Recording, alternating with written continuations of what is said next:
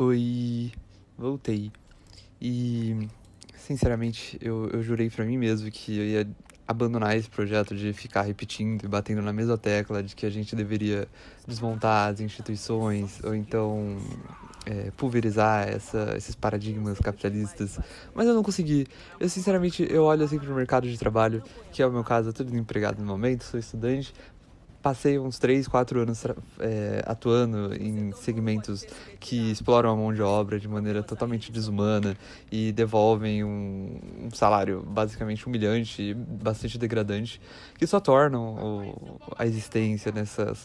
Eu já disse que eu odeio essa palavra existência e eu tenho um motivo muito palpável para isso, mas enfim, que torna a sobrevivência nesse contexto neoliberal extremamente massacrante e deprimente, enfim, usem as palavras que quiserem, mas eu não consegui. Eu tive que voltar aqui e fazer outro vídeo sobre, de novo, com bons motivos do porquê que a gente deveria desmontar a burguesia e instaurar uma nova ordem mundial. Talvez isso não aconteça, e enfim, eu torço que aconteça, porque pra mim faria muito mais sentido viver fora desse modelo CLT de exploração institucionalizada do que voltar ao mercado de trabalho e perpetuar um discurso de que, uau, eu me superei, galera. Eu comecei ali na base, trabalhando em fast food, e hoje eu me sinto feliz e realizado, trabalhando numa empresa incrível que me entrega uma festinha de final de ano. Cara, eu não me vejo fazendo isso, sinceramente. Mas enfim, o que eu me vejo é fazendo isso agora, é fazendo esse videozinho e trazendo pra você alguns argumentos interessantes. Na verdade, não tanto argumentos, mas hoje são textos dedicados a reflexão, exposição e também conceituação de algumas coisas importantes, principalmente para mim que estudo psicologia e tô aqui nesse meio de gente bastante problemática, não digo apenas dos pacientes, mas dos psicólogos que estão de alguma forma perpetuando e reproduzindo esses modelos de dominação e repressão que, apesar de alguns tentarem criticar, muitos outros, principalmente na minha faculdade, estão ali cegamente se colocando na posição de opressor, e aí é onde aquela parada do Paulo Freire faz muito sentido. Quando a educação não é emancipadora, o sonho do oprimido é se tornar opressor, e assim, pra mim é muito triste, eu ainda não fiz o vídeo sobre a minha experiência com a faculdade de psicologia. Porque eu acho meio irrelevante. Dois, porque é a mesma história de que os mais fracos estão sendo oprimidos pelos mais fortes e blá blá blá blá blá blá blá blá. Aí o que hoje eu vou fazer aqui é trazer 3 textos. Um é com o título Subjetividade e Teoria Crítica da Sociedade. É uma síntese, então não se aprofunda tanto nas experiências históricas, mas vai trazer uma definição de subjetividade com base na teoria crítica. Interessante, é do Dravin, Carlos Roberto Dravin. Olha, parece até uma coincidência, né? Darwin, com aquela coisa os mais fortes se adaptam, que é uma concepção totalmente colonialista, que olha a evolução enquanto um processo de dominação e, enfim, luta entre os diversos organismos. E, enfim, não vou me aprofundar nisso porque o artigo não toca nisso e eu não quero ficar tirando fontes da minha cabeça, porque pode ser que eu esteja falando asneira. Mas então vamos ao segundo artigo, que aí não é tanto um artigo científico, mas é uma pessoa de referência na área da anarquia, e por isso acho mais interessante do que ficar reduzindo o conhecimento a essas instituições científicas que, no final das contas, não são tão inteligentes, são apenas papagaios que estão ali sendo financiados por um Estado. Olha que irônico. Ironicamente, o Estado, colocando o dedo nas coisas, apodrece as coisas, apodrece as pessoas. Mas também não é o que eu quero dizer, eu não quero ficar repetindo isso aqui. Então, porque a Revolução não realizou suas esperanças. Emma Goldman, de 1925. O artigo anterior, Subjetividade e Teoria, é mais recente, é de 2013. Não tão recente, mas ainda recente. E por último, mas não menos importante, Silvia Lazares, o dia seguinte não veio. É um artigo, na verdade é um texto sobre... Ela é uma jornalista e ela faz uma revisão da COP30, com base nas copies anteriores. É bem interessante. Eu vou tentar costurar tudo isso em até 10 minutos. Vocês sabem que eu falo pra caramba, então eu não consigo. Falo não no sentido negativo da palavra, tipo freudiano. Ai, olha a minha inteligência. Oh, eu sou tão intelectual. Caramba, eu tenho tanta potência com pensamento. Não é nisso.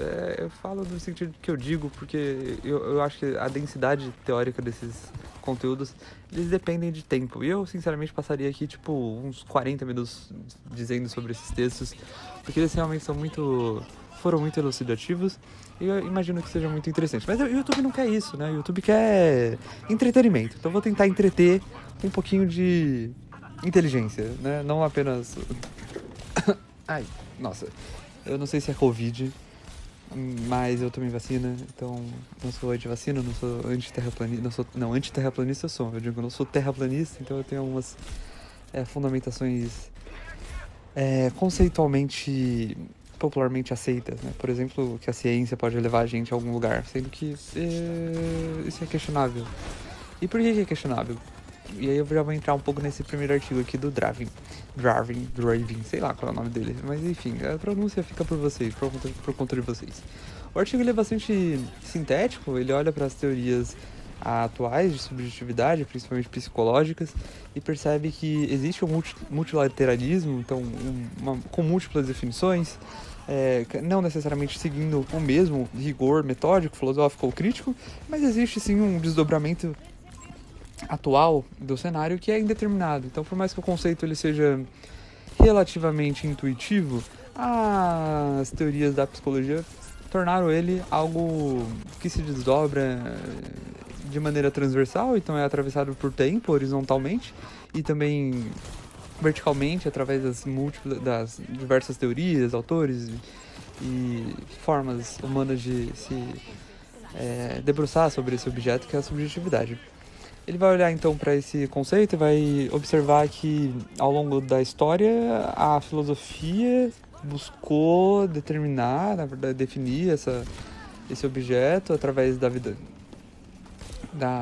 experiência secularizada do conhecimento, ou seja, né, da religião. Então existe uma concepção religiosa muito forte que atravessa essa conceito de subjetividade. Por exemplo, quando a gente pensa em quem que é o homem, então o homem é um pecador, ele é alguém que precisa direcionar sua vida em torno da virtude. Isso aí já passa por um aspecto mais filosófico, mas de qualquer forma foi ao longo da história que esse conceito pôde se desenvolver. Vamos ver quanto tempo que eu tenho? 7 minutos, 8 minutos, eu não cheguei nem no segundo artigo.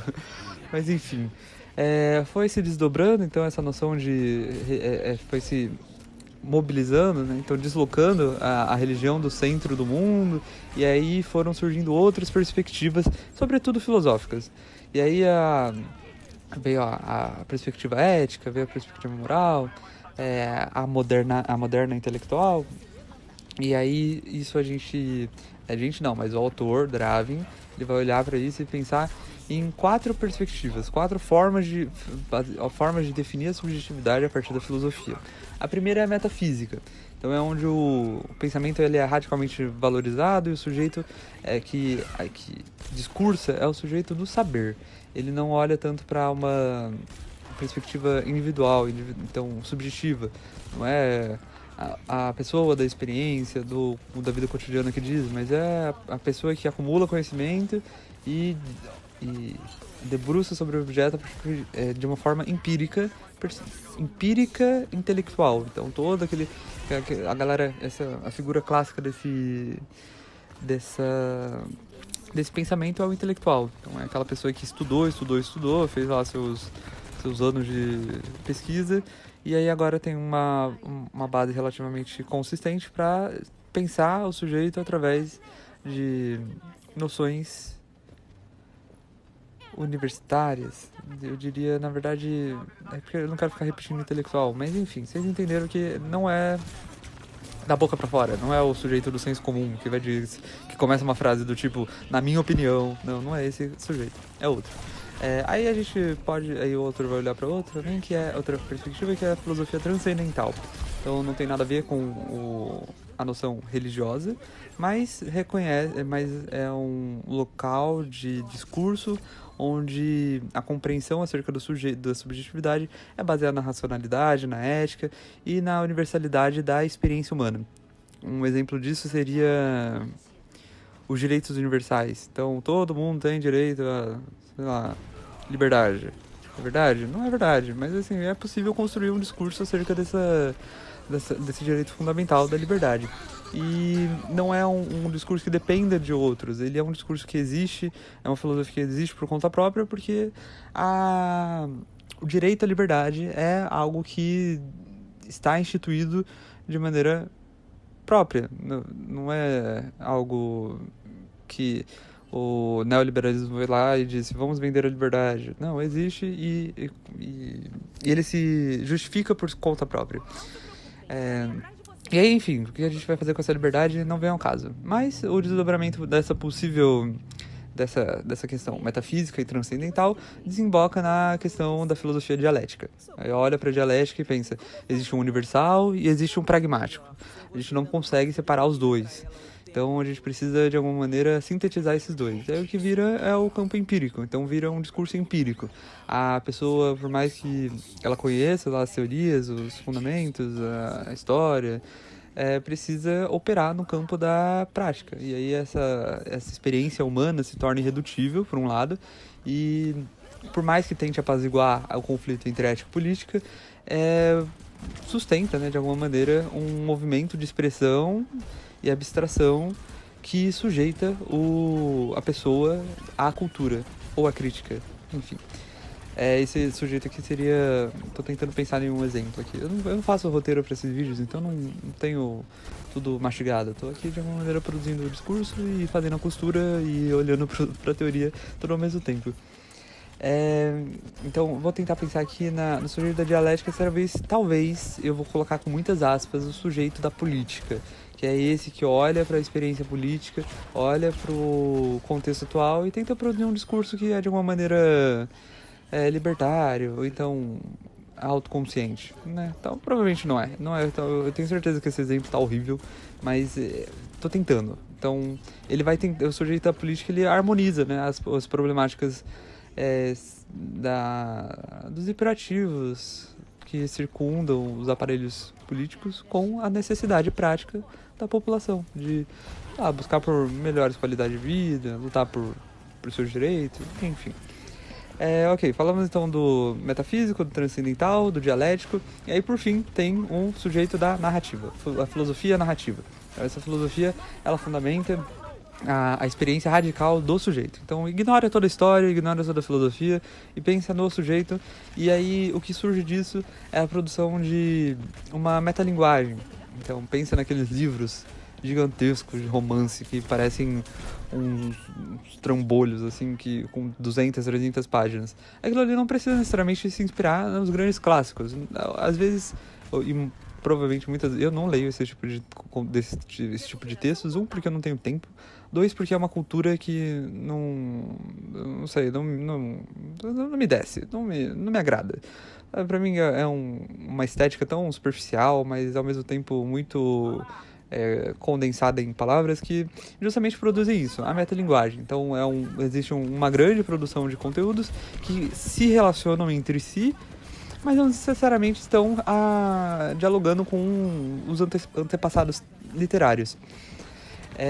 Não necessariamente há compromisso objetivo científico, ou procedência filosófica, né, que eu já tinha comentado, mas eles respondem a essa necessidade, mas a essa prática de centralizar a experiência individual e radicalizar isso. Então é mais importante o que você tem para dizer do que o que foi dito. Mas, enfim, isso são 4 fundamentos, são 4 formas de se utilizar a narrativa, utilizar o discurso para se formar a subjetividade. E essas 4 coisas, esses 4 instrumentos estão inseridos em um contexto histórico. E caramba, eu preciso muito falar disso porque os outros próximos 2 textos, eles articulam e eles dialogam muito bem com essas definições. E então não vou tentar ser tão breve, apesar de que já extrapolei todo o tempo que eu tinha. E aí agora eu vou tentar rapidamente mas dizer o que o Dravin trouxe sobre os contextos onde essas filosofias habitam. Um, que é a banalização da violência. Então, a banalização não no sentido arendiano, então não é que ela é instrumentalizada, mas ela é de fato usada e a população simplesmente pensa, ok, tá tudo bem, eles usam violência, mas não é contra a gente, então se é contra um determinado grupo, tá tudo bem, a gente pode ignorar e continuar a nossa vida de CLT. E aí existe um grupo de lugares onde isso acontece, não é apenas na prática, então não são as organizações de guerra que fazem isso, elas também são as midiáticas, as de ensino, que mais? Tem. E na própria democracia, nas políticas. Por isso que aquele exemplo do político, no sentido da filosofia dialética, não é suficiente, não é um exemplo bom.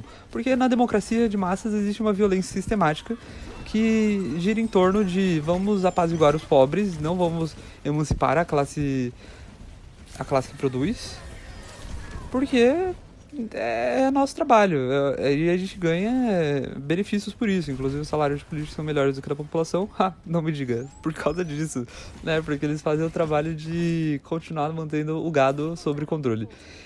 Então, ok, existe a violência, existe de diversas formas, existe a física, então instituições de guerra, existe a simbólica, então democracias, instituições de ensino, blá blá blá.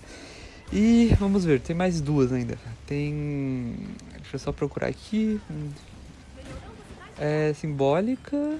Caramba, cadê?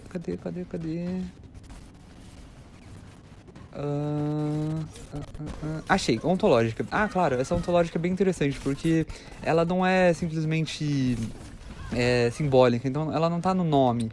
Porque ontologia, quer ver, se eu levantar aqui,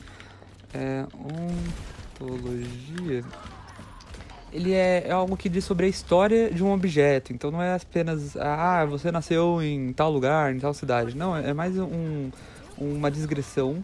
Então pensando, caramba, é que não sei como que eu vou simplificar esse conceito mas eu vou conseguir, porque eu vou dizer basicamente que a ontológica, ela é uma maneira de tornar a história dos humanos em algo que responda ou que beneficie a realidade de quem domina a cultura. Então, pensando assim, o que aconteceu na Segunda Guerra Mundial? Os nazistas perderam.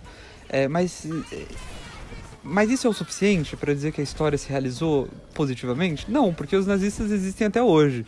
E aí, pensando, por exemplo, não apenas no nazismo, mas existem movimentos racistas, xenofóbicos, preconceituosos, que são tão problemáticos quanto o nazismo, apesar de não terem colocado pessoas na câmara de gás. E aí, pensando em outra perspectiva, o nazismo perdeu, mas os judeus pararam de ser perseguidos? Sim, mas em alguma medida a reprodução da violência contra outros grupos continuaram. Então, caramba, talvez isso não tenha ficado claro, mas a história de algo, ela precisa de alguém para contar ela. E aí a ontologia entra nesse sentido.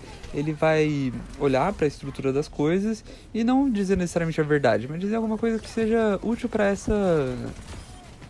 isso. Então, no meu caso aqui, eu tô criticando a neoliberalismo, na verdade, criticando o capitalismo. Então, seria dizer assim, o comunismo perdeu, ele não conseguiu se realizar. E aí, um discurso capitalista diria, porque o sistema é falho. Mas se buscássemos uma emancipação através da ontologia, diríamos, o comunismo fracassou porque a ordem mundial não se apropriou dessa perspectiva e não se empenhou em produzir a prática dela. Que seria, em uma medida, realista. Mas a ontológica neoliberal é mais acentuada porque a cultura ela é unidimensionalizada em torno dos interesses neoliberais. Enfim, ontológica, é sempre estranho dizer sobre isso, porque pra mim é uma coisa que torna tão teórico, mas parece distanciar da prática, mas é tão importante para a prática. Enfim, a última é a estrutural. Não tem necessariamente a ver com o estruturalismo, apesar de que o estruturalismo é um efeito da dominação estrutural. Isso significa que, para quem não conhece, o estruturalismo é uma vertente teórica e surgiu na sociologia, para explicar o porquê que as sociedades se organizam em torno de coisas fundamentais. Por exemplo, a lei. E no caso, tomando um exemplo da religião, seria por que a religião precisa de leis fundamentais? Por que precisou das 10 leis, enfim, das 10 tábulas, não é? Esqueci qual é, enfim, vocês entenderam o que precisou e todos as sociedades ao longo da história compartilham normas e condutas que são centrais. E acontece, obviamente, a dominação a partir da perspectiva estrutural, quando, por exemplo, reduzimos gênero a homem e mulher. Uau, nossa, caramba. Então toda a nossa sociedade ela é organizada em torno dessa divisão, que não é necessariamente real e não responde a nenhum essencialismo da experiência humana, mas apenas a colonização da vida. Novidades? Não, nenhuma. É por isso que isso aqui é entretenimento. Não é necessariamente, na verdade, é entretenimento, mas eu queria que quem escutasse isso pensasse e simplesmente não reproduzisse meninos vestem azul e meninas vestem rosa. É por isso que agora a gente vai falar sobre a Emma Goldman. Isso aqui pra mim é ouro. Não, e olha, não foi um trocadilho com o nome da moça aqui, mas porque ela escreveu isso em 1925, então ela tá se relacionando diretamente com a Revolução Soviética. E quem diria, ela está olha isso, 100 anos atrás criticando o Estado, dizendo que o Estado ele foi o principal responsável por não ter se concretizado uma revolução libertária. E, bom, não vou mentir, né? Se você tiver um pingo de observação ali na realidade, você vai ver que, sim, exatamente, é o Estado que é responsável por não permitir a liberdade das pessoas. Seja através desse salário mínimo medíocre que esses parlamentares aprovam, sejam através da reprodução dos privilégios, com esse bando de funcionário público, que ganham um pouquinho melhor, mas em contrapartida são responsáveis por serem o gado da burguesia, um gado premium. E aí, o que a Emma traz nesse texto? Além de trazer um pouquinho da experiência com a Revolução, ela vai olhar para o que deu errado. Sim, portanto que o título do texto dela é Porque a Revolução não se realizou suas esperanças.